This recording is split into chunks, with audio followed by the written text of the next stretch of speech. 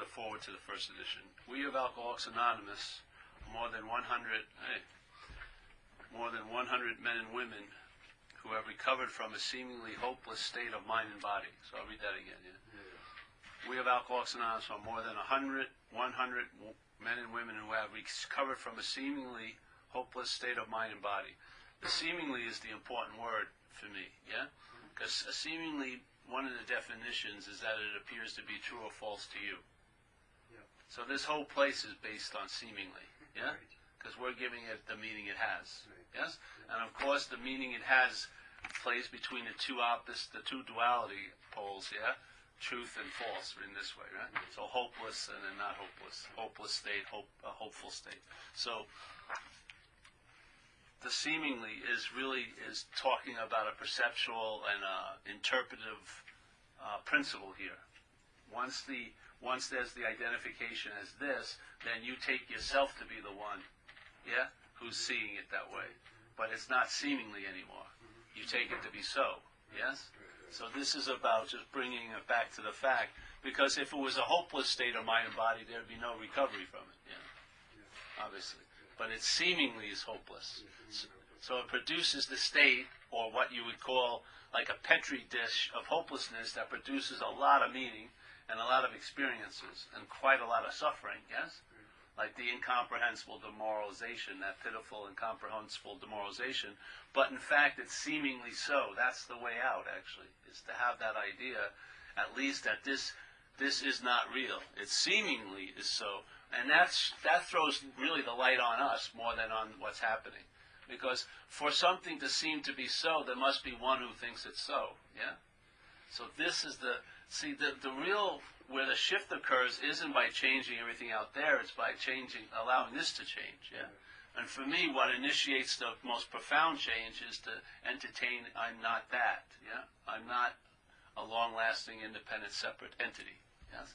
Because that is the representative or the figurehead of that whole system called self-centeredness, obviously, the body. Yeah?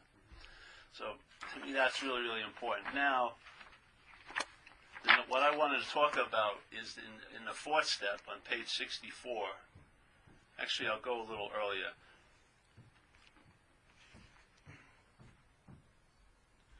So on page 62, the last 2 pages or so, all he's been talking about is the problem, yeah? Selfishness, self-centeredness, that we think is the root of our troubles. So our troubles we think are basically of our own making, all this. They arise out of ourselves, and the alcoholic is an extreme example of self-will run riot, yeah? So in a sense, I like to look at it as they arise out of self, yeah? Yeah. So above everything, we alcoholics must be rid of this selfishness. We must, or it kills us. God makes that possible, yeah? So self isn't going to get out of self, but the possibility is available, but it has to come from another source than the problem, yeah. And God can mean anything, It'd be the absolute or whatever, no-thingness doesn't. And there often seems no way of entirely getting rid of self without His aid. Many of us had moral and philosophical convictions galore, but we could not live up to them, even though we would have liked to.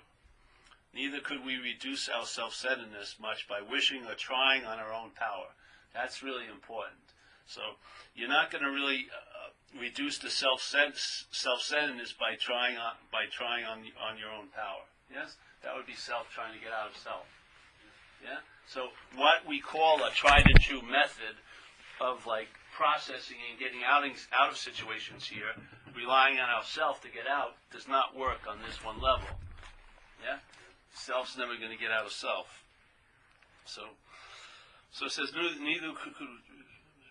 Yeah, we had to have God's help. This is the how and why of it. So that's a pretty big statement, isn't it?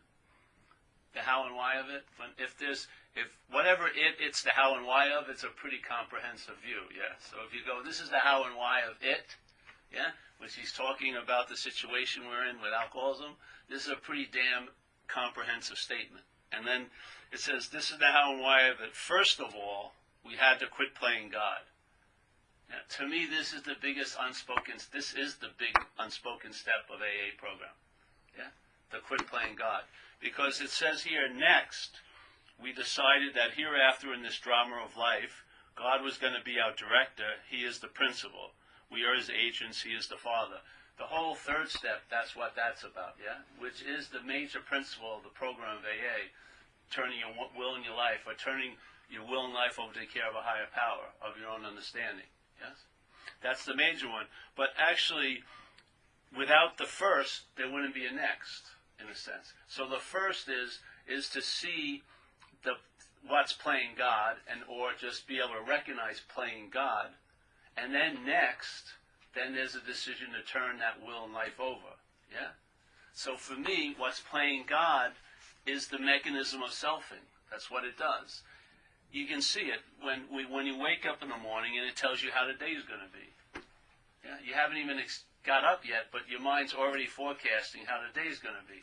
I would say that's playing God. Yeah? It's telling you all day how you are, how you're going to be, how you were, how they are, how they're going to be, how they were, how the world is. It's constantly pontificating and playing God. It's like a weatherman forecasting constantly. Yeah? So it says, first of all, you've got to quit playing God. It doesn't work. Yeah? Then next, then there's the decision made to turn one's will and life over.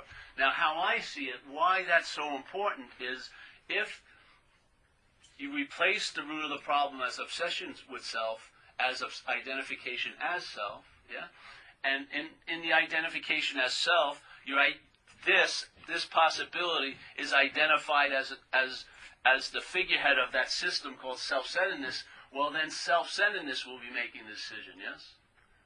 The system of thought and interpretation called self-centeredness, or if you want to call it self, will be making the decision to turn one's will and life over. And it will be playing God when it's making that decision. And so the God it's going to surrender to is going to be a weaker God than that God of self. Yeah?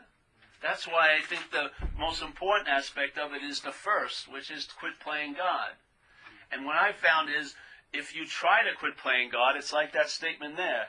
Neither could we reduce our self-centeredness much by wishing or trying on our own power. That would be self trying to get out of self, yes?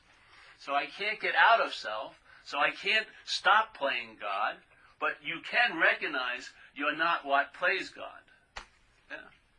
And what I found when I entertained it that way, because I try to stop playing God, and that's just another form of playing God. Yeah? Self cannot get out of self. But when I entertain, I'm not that which is playing God, what happened is the God juice, so to speak, of what I am, yeah, this power, this mind that this is representing, yeah, that juice was restrained from being willingly turned over that way. And when I took the juice of God away from what was playing God, it couldn't play God like it used to. Yeah? Because it can't make a black and white into a technicolor film without my God juice. It can't make false evidence appear real without the God juice. It can't switch black to white and white to black, yes? It just doesn't have that power. But it has that power when I forget myself and I think I am that self, yeah? When I forget that nature and I give that nature over to the idea of being self, it plays with that energy and it plays God with it. So how could I notice in the community we're in, especially where I live, I haven't been here in recovery, but people have done the third step, and yet one of their familiar experiences is that they surrender and they take it back, and then they surrender and they take it back, and surrender and take it back. This could happen like 8 times a day. You know, I surrendered at 9, by 10 I took it back. I surrendered by 9, 10. To me, that interpretation of what's happening is only plausible, right, when you have surrendered to a weaker God than the self. It's like giving a little kid candy and you're a big bully. You say, all right, hold my candy, but anytime you want it back, you grab it back. The kid can't stop you. Yeah? This is what I call playing God, with God. Yeah? And so you can tell if that's the experience that you believe you have the power to take back, which has been given over to this power, I would say you're the more powerful one. Yeah? That's like the living flesh and blood of the third step. Quit playing God. Not the decision to turn one's will and life over, but to see that what is playing God, I am not. And therefore, the transfer can have some weight to it. Yeah? That's what happens with me. I don't feel like I surrender every day. There's a sense of surrendered. It's done, yeah? It's become stabilized. It's not something that comes and goes based on this whimsical fancy, And it's not comes and goes because something that I really want becomes important, so I don't feel like I can trust. Like I know a woman, a lot of women actually, they've seemingly surrendered everything except, let's say, their body image. And concerning their body image is all their anxiety and their resentments and their obsession. Yeah, whatever isn't truly surrendered is just another object that the selfing to obsess around. Yeah, you'll have a lot of thoughts on it because the self is still playing God with that topic. Yeah, and how it plays God is it thinks about it. It interprets things in a very strange way to support its little weird idea. It starts producing the sense of false evidence being real. It does all of that. As soon as it claims life, it can start playing God with every aspect of it, that you and I have, relationships, everything like that. And it's not going to stop playing God if the identification is in place, because every attempt to get out of self as self is a form of being in self. Just like it says really clearly. We don't go over this much, but when he talks about the guy, right here I think, he says, okay, most people try to live by self-propulsion, yes? Each person is like an actor who wants to run the whole show, is forever trying to arrange the lights, the ballet, the scenery, and the rest of the play is in his own way. If his arrangements would only stay put, if only people would do as he wished, the show would be great, yeah? Everybody, including himself, would be pleased, like trickle-down economy, yeah? As long as I'm happy, you should be happy. Life would be wonderful. In trying to make these arrangements, our actor may sometimes be quite virtuous. He may be kind, considerate, patient, generous, even modest and self-sacrificing. On the other hand, he may be mean, egotistical, selfish, and dishonest. But as with most humans, he is more likely to have varied traits. Basically, he's saying both of those dualistic expressions are still self. Yes? Yeah. Both. Self-will is going to express both ways because it's going to express dualistically. Because that's how it manifests here, yes? Dualistically. So it can be kind or it can be vicious. There's not, to say one is it and one isn't is just totally ignorant, yeah? So here, if this is true, that the root of the problem is identification as self, and therefore most of our decisions are actually coming from self, then our third step decision, to turn our will and my life over, may be tainted with that same infection, yes, of the problem. And therefore, when the problem practices the solution, it limits the effects of the solution, obviously. So what happens? Well, here, he talks about it really well. It leads up to the fourth step. And in the fourth step, on the third paragraph, near the fourth step, first of all, they're going to do a personal inventory. Yeah. So, if you really look at resentments and fears, I used to use an old example, the balloon example, yeah? If you look at, let's say, there's a balloon and there's a person, and the balloon has an agenda, which is just not to be popped, yeah? That's all it cares about. It doesn't care if it's used at a parade or a kid's party. And then it also has a way of judging how it's doing, which is the thinness and the thickness of its skin, yeah? Here's the person. Now, I have a much more complex agenda of what I think if I had and did, I'd be happy. And I have a lot of ways of gauging it, yes? Yeah. But basically, it's the same. There's a certain drive that are very similar. And let's say obsession with self, which would be the activity of the disease in that person, would be represented by air in the balloon's story, yeah?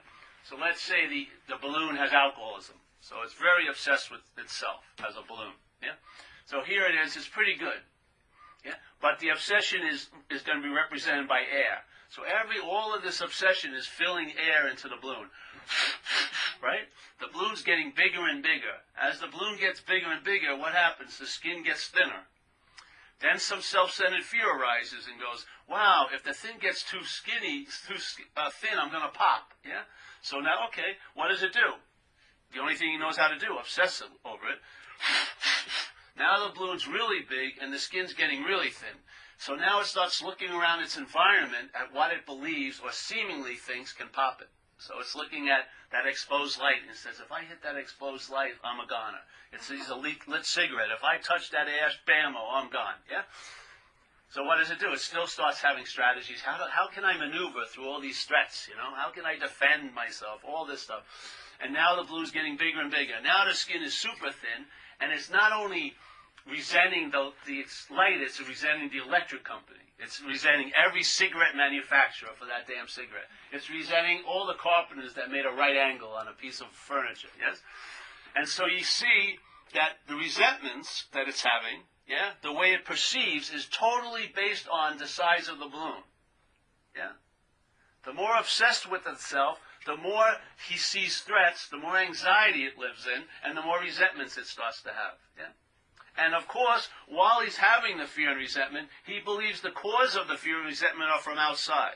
He believes somebody is doing something. That's why it has a huge urge to manage, because he figures if he can only manage better, everything would go great. But he doesn't realize that he is the major participant on how it is. Yeah? So, all right, what do? Well, in AA, they say the 12 steps are a way to deflate the ego. So in a sense, okay, you do this program, you do some service, you start getting out of self, what happens? Some of the air is released, yeah, out of the balloon. What occurs? The balloon naturally gets smaller, the skin of it gets thicker, and so the self-centered fear starts diminishing, because it's not afraid, yeah? And now it's looking around its environment, and it doesn't see things as threats, yeah? Because it's not afraid. That's exactly what happens with the mind, yeah? When the mind, identified as self, how that identification is constantly reinforced as obsession, when that mind is full of that obsession, it makes a reality of seemingly so. False evidence can appear real, right? Hopeless states can seem to be, a hopeful state can be a hopeless state. Everything is asked backwards because you're giving everything all the meaning it has, but it's not you that's giving it the meaning. It's coming from self-centeredness, yes? It's coming from being identified, forgetting your nature, and taking on the qualities of another system of thought and interpretation called self-centeredness, a purely mental system. Purely mental. No quote-unquote spirituality, purely mental. Yeah?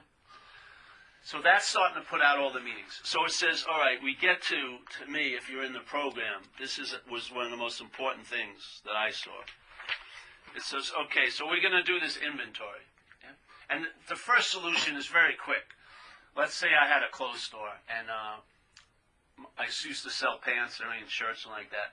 And I decided that elephant bells were going to make a big comeback. I bought like 500 pair of elephant bells. And I put them in my store, and I had them on the main display, but no one's buying the elephant bells. I even gave it to my girlfriend. She's brought it back, yeah? Now, when I go home, I don't want to talk about the condition of my store because it's not good, and I'm afraid that if she knows I'm doing bad, she may leave, yes? Every time the phone rings, I answer it, it's a creditor who I owe money to.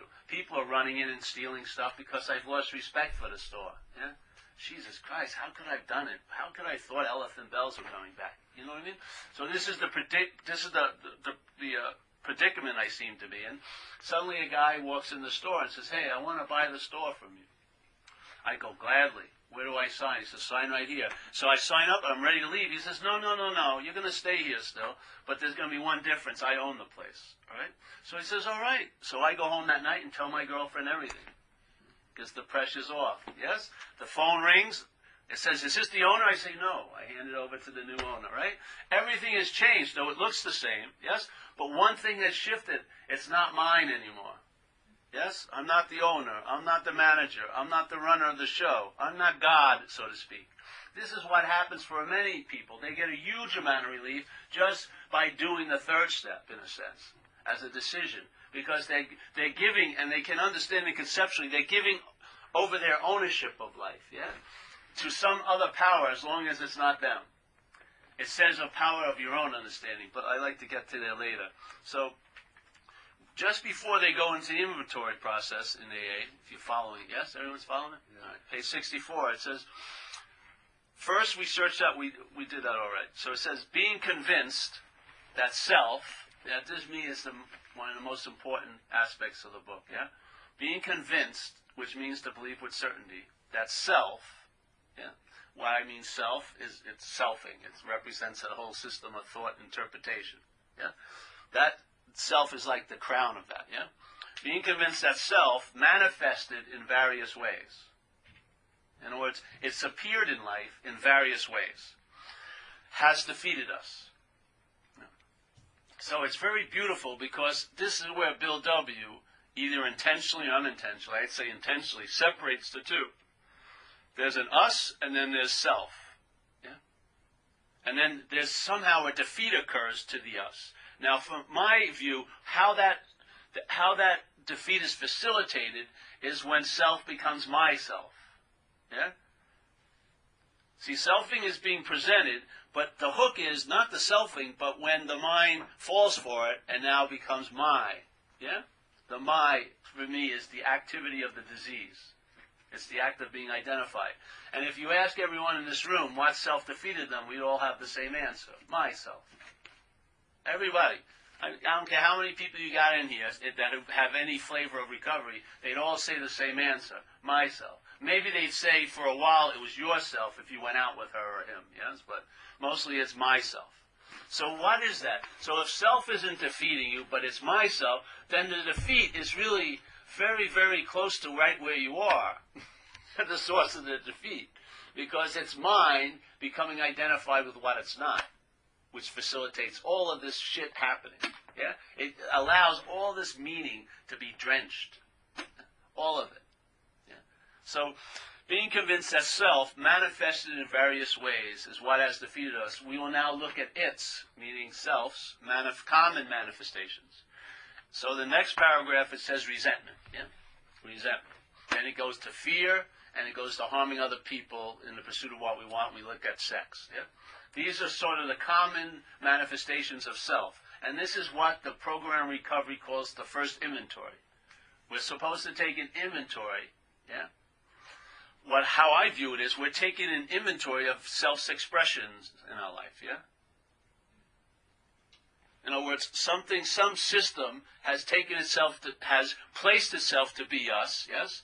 We've been ignorant of our own nature, and we've taken upon ourselves to take the qualities that this is presenting as us, yes? And in that occupation, it gets to express into life through us. And then every time it expresses into life through us, the voice in this little voice box here claims it as it's going out. These are my fears. These are my resentments. These are my harming other people. Yes? And no matter how much you practice trying to get over the fear, it's still usually held as my fear, my resentment. And there's no way, it's sort of like if you were at a park and there was 30 kids playing, where would your attention lie? On your kid. Yes? It would go much more to your kid. Your attention and interest is focused by whatever you think is about you or yours. Yes? So here's this stuff, this system of thought and interpretation, getting a chance to manifest through us, and our whole lives are strewn with its effects, and every time someone brings it up to us, or we finally wake up to it or see it, we call it ours. You can't see that as the identification as self. So even the solution will bind you still to the problem. Self-knowledge will avail you nothing. The more you find out about the self, it never leads you to freedom from it. It's like we have a thing. Let's say I have a beautiful yard, really nice yard. And I like to sort of walk in the morning dew, no shoes, yeah? I have great picnics there, lawn bowling, people coming over. I love this lawn. It's a major aspect of my life. So one day I jump off the porch to run around, and I step in some shit, And Jesus, I immediately jump back at the porch, clean myself over, and immediately my life changes. I have to wear shoes now, yes? And this is what happens over and over again. The life gets smaller and smaller. You just it's like appeasing a tyrant, yes? It's never satisfied with what you give it. It just wants more and more and more. So now I get my shoes on and I jump on the thing and I walk away from that little doo-doo and I step in some more. I can't believe it. How the hell did all this shit start happening? And I walk around and there's shit everywhere. And it's starting to smell really bad. So what do? I just go on my porch, close the door, and try to forget about it. And I'll come back in a couple hours, hope it's all gone. I come back and there's even more shit. So I just pull the blinds and I buy some pictures of beautiful lawns, get a DVD of like lawns, and I start watching it. And then other people that I know who used to have lovely lawns are in the same predicament. So we get together and we tell stories about how great it once was, and I wish I could be there again. And then one day a guy comes in and says, "Hey, I think I have a solution for you." And we're totally open for it. I said, yeah, what is it? He says, "Here, I got a pooper scooper, yeah? And if you get really good at scooping poop," yeah, I said, "I better buy two. If you get really good, you may have a day where you have about an hour, where you have about 8 by 4 of your yard again. Hey, that's better than nothing." So now you start scooping up poop, yeah? And you get pretty good at it. And then people here who have the same problem hear about you, and they call you up, and you tell them, "Yes, this is the scooper I really like," and then you have an autographed model. You start having a little cottage industry. And then you go on the circuit. You start speaking. You become a circuit speaker about poop, picking up poop. And you're pretty good. And a lot of people get in touch with you. And it seems like you have a manageable solution. Yeah, you're getting some of the shit out, and I'm getting to use a little bit of my lawn. But then one day a guy walks in and says, "Hey, I have a solution for you." He says, "I don't have a problem." "Well, what do you mean?" "I'm like the fucking greatest pooper scooper of all. People are calling me. I'm on TVs. I'm a circuit speaker." And I said, "You sure you don't have a problem?" "Oh, no, I have no problem. You're identified as hell. You've got a lot of investment now with that shit. That shit makes who you are, really." You really don't want it to go. Yes? All right, so he says, "Okay, well, if you don't care, I'll give it to you anyway." And I said, "What? What is it?" He says, "Find the dog." And I go, "What?" He says, "Find the dog." "What do you mean?" "Well, if you find the dog and you get rid of the dog, there won't be any shit." Yeah. It sounds pretty good, but the fact is you're identified as the dog. You can't entertain being free of the dog. So therefore you have to learn how to tolerate the shit. You can't get rid of the dog because it's you, supposedly. But if you entertain you're not that, you'll get rid of the dog. And then the shit goes. And then you don't need it. You put the poop, maybe you honor the pooper scoopers, put them in a special place, but you're not using them anymore. Yeah, they become obsolete because there's no need. Because the lawn is pristine again, everything degenerates, goes away, because nothing lasts forever in appearances. And there's the pristine beauty of the lawn again. And you're now a free-range alcoholic once again. You can really enjoy it. The whole point is to recognize the source. Yeah? Before you recognize the source, it's important to have skillful means to deal with the effects, but there's a point where dealing with the effects becomes part of the problem, because identification grows. You grow to be an addict to getting better. I know people who I work with, they just want to keep doing inventories about the most minute little bullshit things. I say, go enjoy the freaking sobriety. Yeah? There's a point where recovery needs to stop, no thought or effort on your part, and be recovered. Yeah? So I find this really important because in all my years in AA, I never heard it put this way.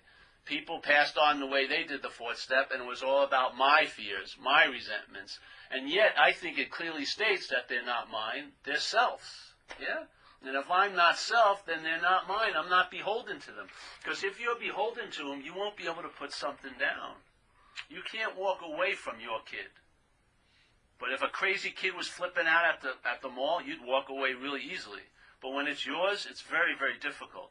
The same thing. Anytime the claiming is already in place, it's the whole way it's seen and danced with is totally different if it wasn't yours. The my is the act of identification. The disease is a verb in a sense. There is no noun called self. It's an activity called selfing. When the mind is unaware and is watching it, it falls under a trance and it takes itself to be a body. Yes? And then life starts and ends here. You become the Alpha Omega. And therefore everything is incredibly distorted. Prior to that, I would say, is what they would call. So in the book, they got into, all right, we're going to make a decision to turn our will and our lives over to a power of our own understanding. But I also believe that understanding could be self's understanding, yeah? And I don't want to frame that power by my own understanding. I rather give up my understanding, sort of sit in the I don't know, and let that power let it reveal itself by its own understanding. By its own understanding, not mine. Because mine is going to define it and make it very small. But its own understanding. And that's what's happened, yes? The loving God that expresses itself in this life is revelatory to me, because it has nothing to do with the type of idea God I had before. Yeah? The God I had before was about getting dates and parking spaces at meetings and stuff. Seriously. I was looking for an advantage with that God. It was like having the biggest guy on your team. Yeah, let's go. But this is totally different. So, and it's fine to have that in the beginning, but I think as you grow in the program, it hopefully will transfer into a God of its own understanding, so that it becomes revelatory. And the only position that would rightfully be able to call humility is I don't know. Yeah? In that state of I don't know, then you find out. Yeah? So this is how I like to see the first few steps. Yeah, the first step, the palace over alcohol and the drugs, and my life became unmanageable. When I first heard that, I thought it was cause and effect. I thought that drinking and using caused the unmanageability. And I figured that when I stopped drinking and using, everything would be able to be managed, yeah? Which was a rude awakening, because it wasn't. But actually, I like the statement in How It Works, in the ABC of How It Works, much better, where it says, you need to be convinced of these three pertinent ideas. Yeah? And our experiences before and after, meaning before and after sobriety, right? Verify them. And the first statement, it says, we're alcoholics and we cannot manage our own lives. I would say that's the cause, that alcoholism has dominated us, and because of that, there's no managing of our own lives. Yeah? There's something else is managing it. Yes? Yes? And that's the cause. That's the cause. And actually, one of the forms of managing was to drink for me. I would say that was one of my mind's first solutions. It was one of the first solutions it found to alcoholism, which is the I, me, my, the identification of self, was to drink. When I drank, I got relief from the I, me, my. Yeah? So what's active now in most people I know's life isn't drinking and using, but the managing, the playing God, yes? The activity of wanting to control, the contraction, the trying to fit life around you instead of you around life. That's the ongoing disease. And when it gets unbearable enough, it will seek relief by drinking and using, yes? And then as soon as you drink and use, it's sort of like whatever thing was bothering you, let's say jealousy, or envy, or righteousness, or sense of entitlement. As soon as you drink, it's sort of like, let's say if I had jealousy, yeah. But if I drink, I'm probably in about 3 weeks I'm arrested on stalking charges. Yes, the jealousy gets amplified. The false evidence really seems real, and the advertising is unbelievable, and the taste of it, because it's a subjective experience, is like you're so sure you're right. Yeah, all of that flavor is brought to you by its fuel. And the thing is, alcoholism can't pick up a drink. You ever hear of candida? Yeah, there's a bug in their intestines. It's funny because I have it, whatever. And it's funny because candida is in the intestines. But it has a certain food it likes, which is sugary, floury things, yes? But he can't go out to Entenmann's and buy it, yeah? He can't go to the deli. But what it does is it jacks into the thought system, and it has you really loving bagels. And you would fight someone and argue that your love of bagels, and you basically got that directive from a bug. It just jacked into the apparatus. And so, because he can't get it. So it has to convince the host, yes, to get it. The same thing with alcoholism. Alcoholism wants its fuel. It can't buy the beer.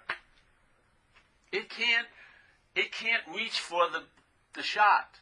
It has to convince this host, if you want to call it the host. Let's call it the host, but I don't see it as a host. I see it as a possibility. But it has to convince this to go get something. And if you've ever been in alcoholism, it's not a very nice takeover when it takes one over. Yeah, it's pretty hostile, isn't it? So I would say it has a very strong parasitical tendency. It's like a parasite. It's like a mental parasite. So the parasite gloms onto the host, and for it to stay there, it has to have a very good strategy, because your natural reaction would be to throw it off, yeah? I mean, it's really nasty what it can do. It just takes away so much. It just drains you out of any kind of empathy or compassion or whatever over time. So it has to have a really good strategy to convince the host to let it stay. Well, I'll tell you what strategy it has. Yes? It convinces the host that the host is the parasite. It is the presentation of the self, the idea of being you. Yeah? So once that is in place, then no matter what it does, you can never entertain being free of it, because the only way you can entertain freedom is as it. Yeah? And that ain't happening. You're not going to be free as the parasite. Yeah? And you can't entertain being from the parasite because you're identified as the parasite. It's an incredible move, because the host, though naturally would want to throw it off, all that naturalness has been forgotten. Yes? It's in a very artificial, weird, dominating situation where something that's really nasty has sway. Yeah. That's why it says we need to meet a power greater than it. Power greater than self, because the only thing that power respects is other power, to tell you the truth. You're not going to convince it. You're not going to therapize it. You may be able to talk it out of letting one tentacle move up, but it's just going to go down again. It just has you, yes? But if you're not it, you can be free of it. Yes? You can be free of it. How? By not being it. And therefore, your freedom is already in place because you are not it. Yes? It's nothing that has to be contrived or manufactured or made up. It has to be realized. You are not of self. Yeah? Like Jesus says, you're in this world, but you're not of this world. Yes? You're in this place of form, but you're not of form. How to realize what you're of is by telling the truth about what you're not, what you're in. Yeah? I am not that. I am not that. And that's the ofness of it. You can never have an experience ofness, but you can have a revelation from realizing I'm not this, and then you sense the ofness. You sense the ofness as ofness. Yeah? Not as an experience, as ofness, as a state, as a being, as a quality that will never leave you, because you are that. Yeah? So there's a very... I always like to look at it in this way, because if it's everything changes as soon as it's not you. That mind has the ability to entertain freedom from it, but it can't do it as it. It just can't. The logic has it too connected, yes? It will never dawn on it. It can walk away, because it believes it has to walk away as that. That's why a lot of people ended up killing themselves, yeah? They don't want to drink again, but they want relief from the problem, but the problem and them are the same at that point. So they kill themselves. They blow their brains out. Yeah.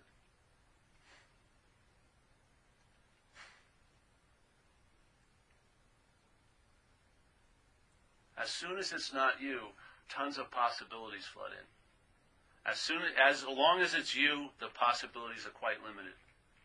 You may get a little break, but it's always going to be chronically as the baseline, yes? That irritable restlessness and discontent, maybe totally disassociated from, will still be there, having a huge influence from the recesses, from the phantom area, yes? Yeah. But if it's not you, that baseline can turn into an ease and comfort. And maybe you'll have spikes of whatever, but the baseline of your life will be an ease and comfort, yes? But it cannot be that way as that. As a self. At least as far as I've seen. It cannot be. I cannot be free as that.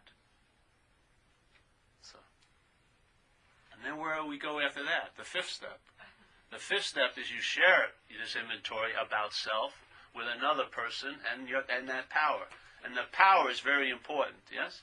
So you reveal it to another person. And like if you're in an AA meeting, I'm not identified with who you are, but with what's taken you over. That's the common ground we have. It's not who we are. Yes? It's what's taken us over. If you go to enough meetings, you get it. You get first of all, you're in a sense of terminal uniqueness, probably without knowing it. But you believe no one thinks like you, no one feels like you, no one's done heinous things like you've done. And then you go to meetings and people share your thoughts and your feelings and your reactions to life. And you've got to realize either how did they get yours or they're not yours. Yeah? They're just from the same system of thought and interpretation called alcoholism. It's like every one of us is wearing the same helmet, getting the same radio bursts, getting the same information, totally distorted. And like they said, we're wearing those pair of glasses, those distorted pairs of glasses called alcoholism. Yeah. So I never identify, very rarely, with who people are, but I do identify with what's taken them over, because I've lived under the same takeover. Yeah. It's important to see, because once that sense of terminal uniqueness is broken, you're open to be of help and to get help. Yeah, because now you're not constantly looking for the differences, but you're seeing the similarities, yes, in situations. And then your way of learning, instead of having to get your ass kicked, you can learn from others. So I go to meetings and I hear what people are doing, and there's no way I want to be doing that. You know what I mean? I don't have to go through what I used to go through anymore. I can watch others go through it, and new. Yeah. So the fifth step is when we share the inventory, I would say, about self-expressions in our lives. Yeah? Other people would probably disagree with me, but I'm going to stick to my guns, because if they were so right on, it should have produced a much better result than it is. I'd try something new. I would. So step 6 and step 7 in the book is you humbly ask, you get entirely ready to have certain defects removed, yeah? And then you humbly ask a higher power to remove them. The whole position is that you're not going to be doing much on your thought or effort. It's just a matter of telling the truth, yes, seeing what's arising, and then opening up for something to occur, yeah? It's totally the process of leaving a life that was presented as relying on self, yeah? And in AA, we have a great statement. It says, why are you in so much fear today? And he doesn't let you answer, because it would have been like a 1,200-page freaking huge thing. He says, isn't it because self-reliance has failed you? So obviously he's speaking to the idea that the system of self-reliance is a failed system. Now part of the system is when it fails, you think it was you. That failed. The blame goes back on you. Because the system never does anything other than the system. You know what I mean? So if the total system fails, you'll blame you. Which is a way of never questioning the system.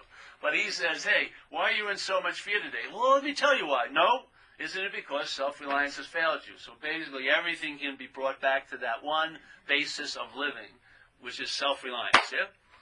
Okay. So he says, perhaps there's a better way. What's that better way? Trusting something infinite rather than finite self. And like we talked about today, at that marathon meeting we were at,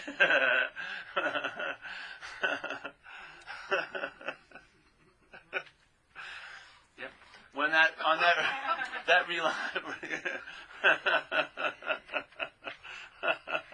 perhaps there's a better way, yes? Okay, it sounds great. So again, obsession with self. If I was obsessed over something and I moved away from it, maybe the obsession would diminish, yeah? So if something was really bothering me, like a book, and I could move like 100 yards away, it would work. That sounds like a practical way, yeah? All right, just move yourself away from whatever's driving you crazy. But if it's identification as what's driving you crazy, wherever you move away, you move with it, yeah? Yeah? So this is the one little dilemma I saw in the program. Because, all right, perhaps there's a better way. Let's leave reliance on self and now trust something infinite. But if the root of the problem is identification as self, what's going to be leaving self is self, which is not leaving self. Yes? Self can't get out of self. So no matter how far it thinks it went, it's still in the parameters of self, because wherever that is, wherever you are in that identification, is the parameters of self. And there's no way you're going to step outside the fence. The fence would move to wherever you stepped, and would always be on this side, no matter where you went. Yeah? So the identification is a tricky strategy, because the basic movement we have as action figures here is to do something. Yeah? All right? If that's driving you crazy, move away. But you can't move away from what you're identified as. It goes wherever you seem to be. Yeah? So you need to have a little more information, not just that it's a failed system, but you have to know how the system works and its identification as, so that when you leave it, yeah, you'll be very clear it's not you leaving it, because you've never been in it. Yeah? What you are doesn't have to leave self-reliance. It never has been relying on self. Yes?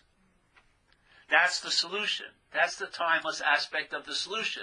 In other words, nothing in a sense needs to be undone, though you do the undoing for here. But in fact, on an absolute level, nothing needs to be undone because nothing was done, in a sense. Yeah? So you go to the timeless solution, yeah? And then you have what you need to do here. You make amends, you do the steps, you do whatever, you help other people.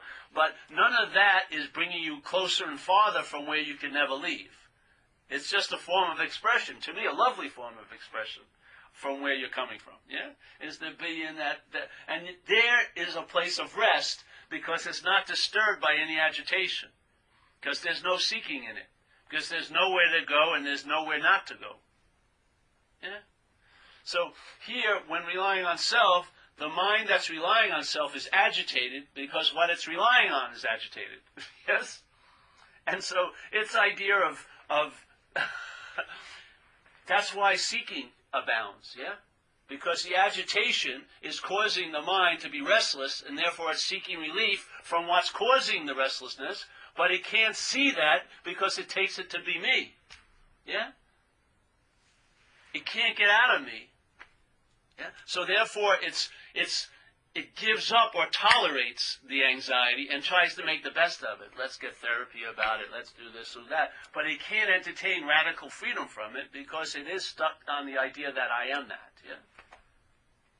It's the imperative. It's the first cause in that mental realm.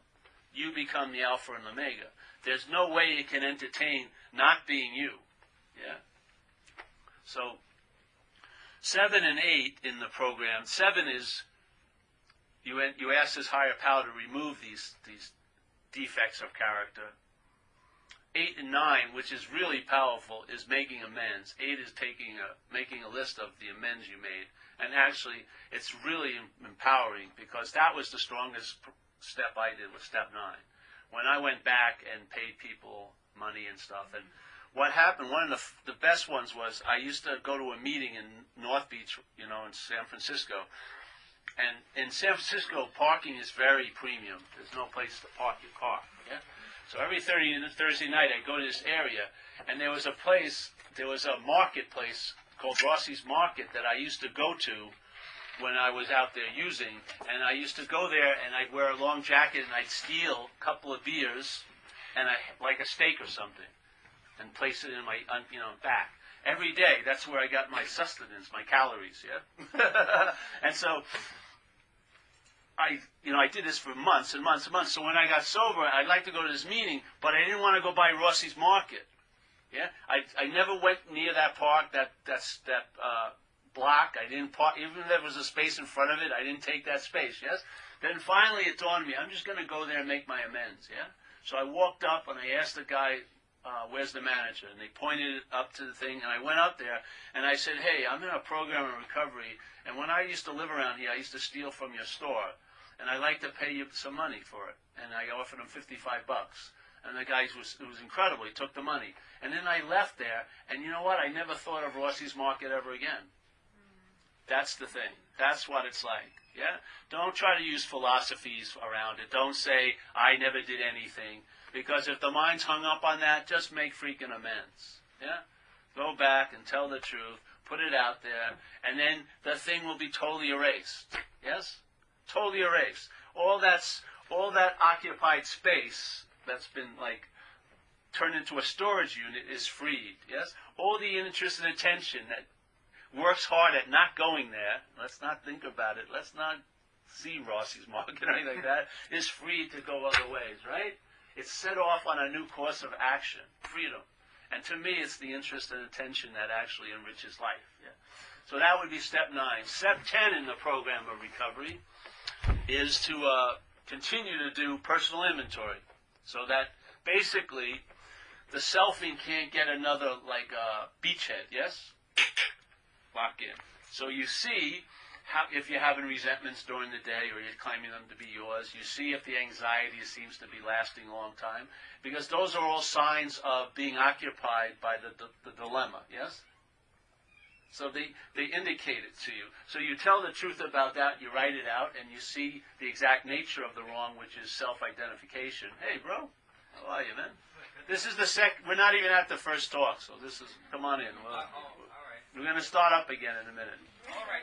Come on, no, come on in. No, this is, we're talking about recovery right now. All right? So step 10, you do these inventories, yes? But also, in step 10, it talks about a beautiful aspect here. It's one of my favorite parts also. It says what starts happening when you do these inventories. And this is what they call the promises. And it says, if we are painstaking about this phase of our development, and if you have trouble coinciding non-duality with this program, it's a you that's having that trouble. Because there's a thing in non-duality that sometimes they don't like. There's like some types non-dualistic Pharisees, yes? They're very, very good at the words, but they've lost the spirit of it to me. Yes? Yeah. I always see like non-dual dueling. You know what I mean? There is no, but you said I, and but you implied, but. You know, I had this time, I had people from, this lady from Spain was hearing the talks, and at the end of the talks, we would have a prayer in recovery, and we'd do a serenity prayer, and we'd hold hands, and we'd go, God grant us serenity, and we'd like this. And so she emailed me, she says, oh man, at the end of the talk, there's some kind of thing. What is that? I said, oh, well, we're in recovery, and that's a prayer. He says, can you give me the prayer, you know? I said, sure, it's the serenity prayer. So I read, you know, God grant us, and then in a second, what do you mean? Who has the courage? Who's doing that? I said, give me a break. It's the spirit that's conveyed. It's a vehicle for something to be conveyed. Yes? All right, so this is the 9-step promises, which is an amazing shift. It says, if we are painstaking about this phase of our development, talking about making amends, yes? We will be amazed before we are halfway through. We are going to know a new freedom and a new happiness. Yeah? Not an old freedom, an old happiness. In other words, now the shift from selfing is moving over to trusting something infinite. Now the downloads aren't coming from self-centeredness, but they're coming from another aspect of mind. So you're going to get an idea of happiness, but it's going to be totally new than the idea you used to have. Yeah? Not like a renovated old one, not like a refurbished old one, but a totally new sense of happiness and a totally new sense of freedom. Yeah? Because in the conceptual framework of self-centeredness, there are many, many concepts of freedom and happiness. And there are many, many, many ideas of what would represent that. But this is a whole new freedom and a whole new happiness. Yeah? A whole new freedom and happiness. We will not regret the past nor wish to shut the door on it. That's pretty cool. In other words, that stinks of neutrality, yeah? We will not regret the past nor shut the door on it. We will comprehend the word serenity and we will know peace. Yeah? Now, everyone has been introduced to serenity and peace, but he's talking about another level. You're going to comprehend serenity, yeah? You're going to actually get it. Yeah? And you're going to really know peace because you'll be peace. Yeah? Like Ramana Maharshi says, when you know to know God is to be God. So this is talking about a psychic shift is occurring, yes, through this process. And these are some of the effects that they're talking about. We will not regret the past nor wish to shut the door on it. We will comprehend the word serenity and will know peace. No matter how far down the scale we have gone, we will see how our experience can benefit others. In other words, no matter what you think your life's value is, if it's worthless or not, this program of recovery is the greatest recycling plant of all. Because if you just give yourself over to this thing, what you think is a drag is going to be helpful to others. Yes? Yeah. How your mind in selfing would never be able to do that. It's too small and defined. It's too small and petty. But this is a wide open berth. It can take what you would call the worst possible thing, and in 2 years you'll be saying that was the best thing that ever happened to me. It can switch your perceptual seesaw so dramatically. Yes? I've seen it over and over again in recovery. I've heard people who their whole story about life was based on the worst thing that ever happened to them. They come into recovery 2 years later, they've got to make an admission. Hey, that worst thing that ever happened to me was the best thing that ever happened to me. It brought me here. Yeah? This is a large view, not a small self-centered view. Yeah? You are now accessing a larger mind, so to speak. That feeling of uselessness and self-pity will disappear. Not bad, eh? We will lose interest in selfish things and gain interest in our fellows. See, these are just consequences of a shift, yeah? The shift is already so. It's a timeless shift, yet its consequences or effects show up in time. Yeah? They translate here. Our whole attitude and outlook upon life will change.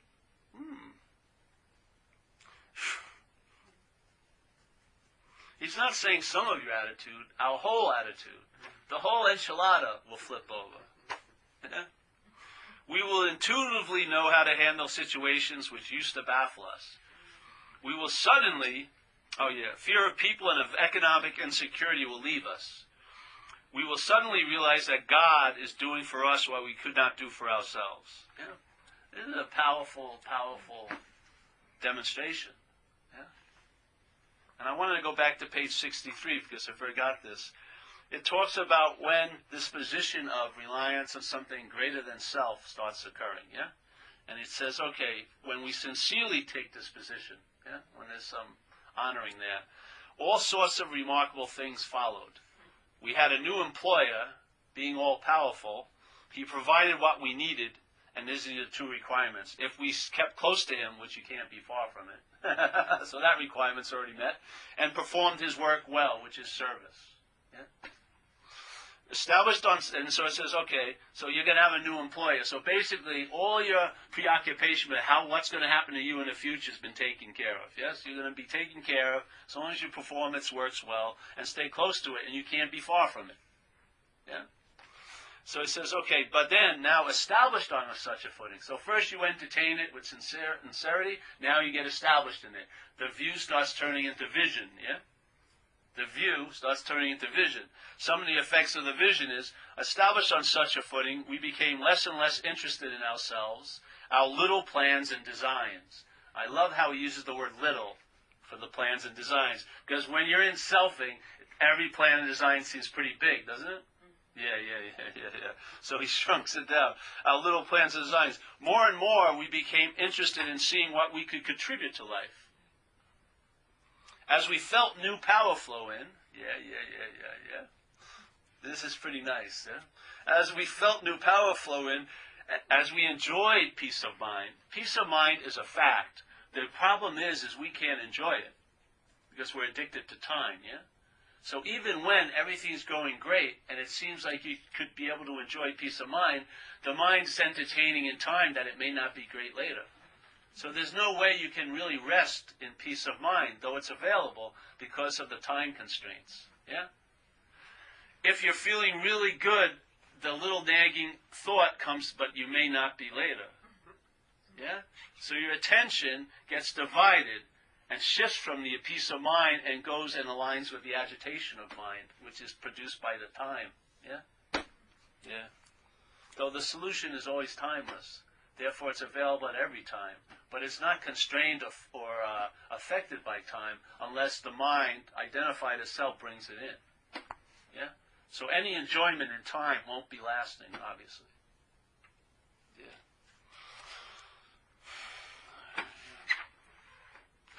So it goes all right here. Yeah. As we felt this new power flow and as we enjoyed peace of mind, as we discovered we could face life successfully, I always like to make this joke, but this is what happened with me. When I first got sober, I went to my first AA dance And the people who are in AA will realize it was going to be my last AA dance. You have to be in AA to get that one. And I was on the men's side. Yeah, I drank about 8 Calistogas, because I didn't have beer to drink. I'd have some defense against, feelings, And I was on the men's side, and the women's sides were over there, and there was a disco ball going on. Yeah. And the music was playing, but no one had started dancing yet. So in a way, I decided to take on the role of a scout. I was going to go out there and get the first scout. I was going to ask this girl who I liked from afar to dance with me. Yeah. So I started walking over there, and it looked like, it was like we just walked over there like a field, and nobody was there. And I go there and I asked her to dance, and I wanted her to dance with me, and she said no. Yeah. Now this is what was deemed to be death to my self-centered mind, yeah? It would do anything, it would give up anything in life not to get rejected. So therefore my life was gotten really small, yeah? Because I wouldn't ask for things, I wouldn't try things, yeah? So even, I wanted it, you have that desire, but no way. Pride was way too important. Because we say in AA, you've got to be willing to save your ass instead of your face. But when I came into AA, I thought my face was my ass. That was the problem. The image or the identification I was defending at all costs. The ass I could care less about. Yeah. So therefore I go in, I ask her, and she says no, and I'm crushed unbelievably. And I turn away, and now the dance floor looks like a minefield, and the disco ball's like a spotlight, and it's on me, and I'm walking slowly back to my other side, and that thing that I thought was going to kill me didn't kill me. I realized I could face life successfully, yes, by being in the dance. And most of my learning has been in the AA community, because it's pretty damn safe to take chances here that I would never do out there. Yeah. So I learned how to face life successfully. Then it says, this is I love. As we became conscious of his presence, yeah? As we became conscious of his presence. Doesn't mean the presence wasn't there. The one ingredient wasn't there. I wasn't conscious of it, yeah? Now, to me, the highest form of being conscious of it is conscious as it, yeah? Conscious as that presence, instead of conscious of his presence, conscious as the presence, yeah? Yeah. It's very different. So, as we became conscious of his presence, we began to lose our fear of today, tomorrow, or the hereafter. We were reborn. Yeah?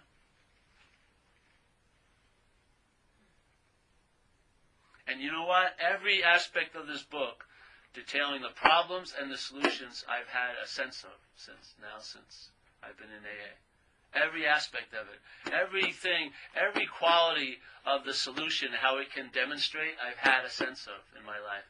And before, when I came in, I had total identification with all the problems effects. Yeah. So this is most, in this experience as Paul here, this has been the most incredible book, because I've had a sense of everything it talks about on both levels, the dualistic split, the bad, quote unquote, and the good. I've had a sense of it, a deep sense of it all. Yeah. That's why I love reading it, because it's alive. It's alive with revelation to me. Yeah? It's just, the words trigger the intimation of that. Yeah? The words trigger it, and then there's the remembrance, and how you remembrance is that it's always here. That here-ness comes over me, like that. And it's very rich, yeah? So, all right, I want to go back to page 84 again, which is 10th step, 9th and 10th step. So, because the promises lead to the 10th step, and in the 10th step, they talk about these incredible things that are going to happen to you. Yeah. It says here, and we have ceased fighting everyone and everything. So, it doesn't have to be just alcoholism. Anyone or anything. That's a pretty comprehensive statement, yeah? And we have ceased fighting everyone and everything. And anything, and anyone. Even alcohol. For by this time, sanity will have returned. We will seldom be interested in liquor. We could use to say the word jealousy, say the word with whatever it may be. But see, you'll lose interest in it. Yes? Your interest and attention will be withdrawn from all of this activity, and it's gonna go and be somewhere else. Yes? When it leaves a thing, it doesn't lose any of itself. Interest and attention is infinite. Yes? But it loses interest in that thing.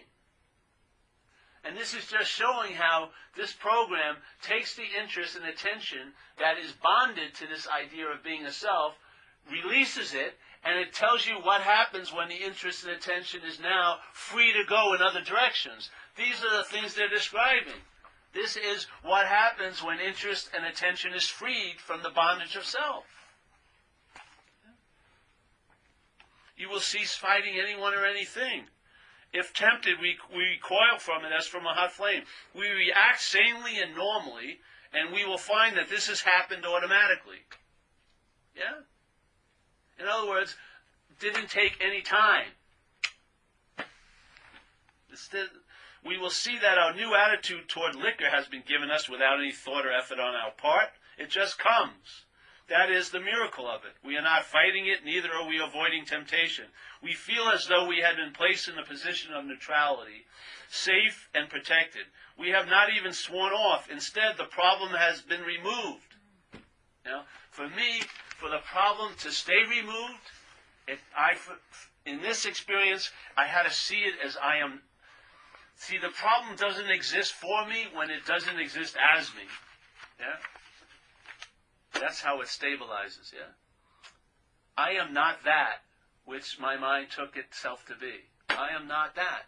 I am not a long-lasting, independent, separate entity. I can't say what I am, but I can definitely say what I'm not. Yes? In that, that's where the freedom lies. If I'm not that, if I am that, I am attempting at all costs every day through all the seeking to be free as it. And you can't be free as it. But you can be free from it because you're not it. As soon as there's a recognition that it's foreign to you, your mind immediately entertains the possibility of being free from it. If you're bonded to the idea that it is you, your mind will never entertain that possibility. It'll entertain all the artificial possibilities that are given out here to be free as it. Yeah? Hugely different. To me, hugely different. So, all right, so the 10th step is I take inventory, and I just keep looking at the characteristics or expressions of self in my life, yes, so that it doesn't get a beachhead. It doesn't take over again. Yeah? Step 11, it says, all right, start improving your conscious contact through prayer and meditation with that thing that has initiated all this effect, yes? It says through prayer and meditation. And it says it's a beautiful statement. It says, the daily reprieve from the alcoholism will be contingent on the maintenance of our spiritual condition. Yes? Now, for me, this is thrown into selfing.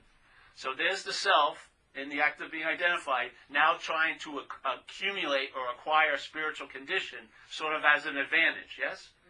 I see fundamentally there's a flaw there. But let's just say you are a spiritual condition. That would be the highest form of maintaining a spiritual condition, to be one. Yeah? So the highest form of maintaining a spiritual condition is to be a spiritual condition. Not to become a spiritual person with the imperative as a body as your primary condition, but to realize you're not this seeming primary condition, and then what's revealed to you is the spiritual nature of what you are. And by entertaining that to me is the highest form of maintenance of the spiritual condition. And therefore you have an assured daily reprieve from alcoholism.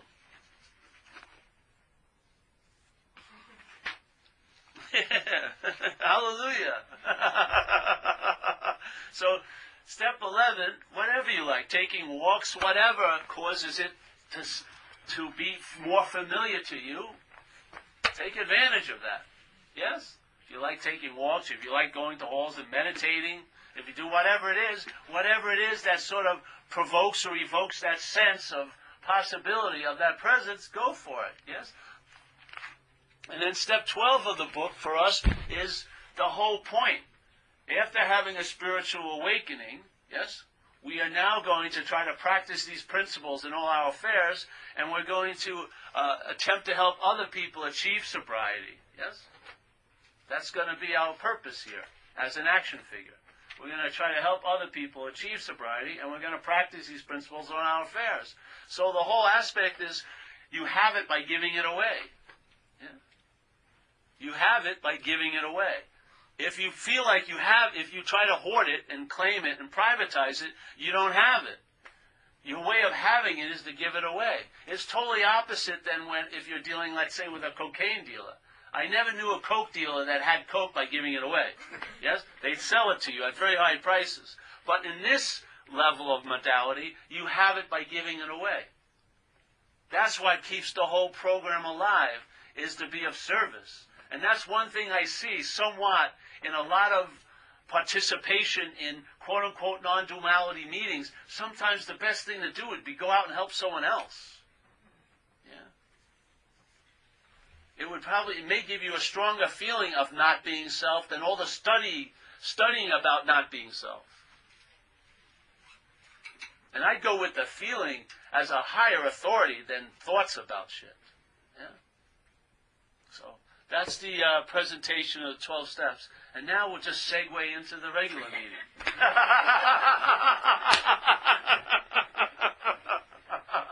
Hopefully very smoothly. Any questions on that? The 12-step things? Yeah, helpful, Henry? Yeah, it's helpful. I still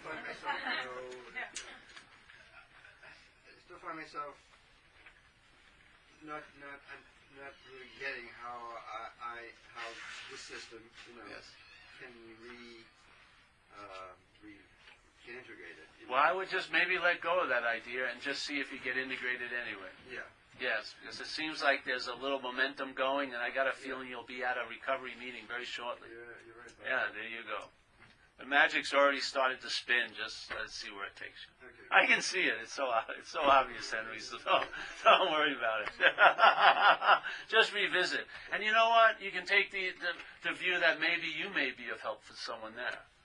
Well, I usually have a sense that I am when I go. There you go. Then there you go. Yeah. Hold the Regardless space. of the internal, intellectual lack of integration. Yeah. Hold the space and see what happens, man.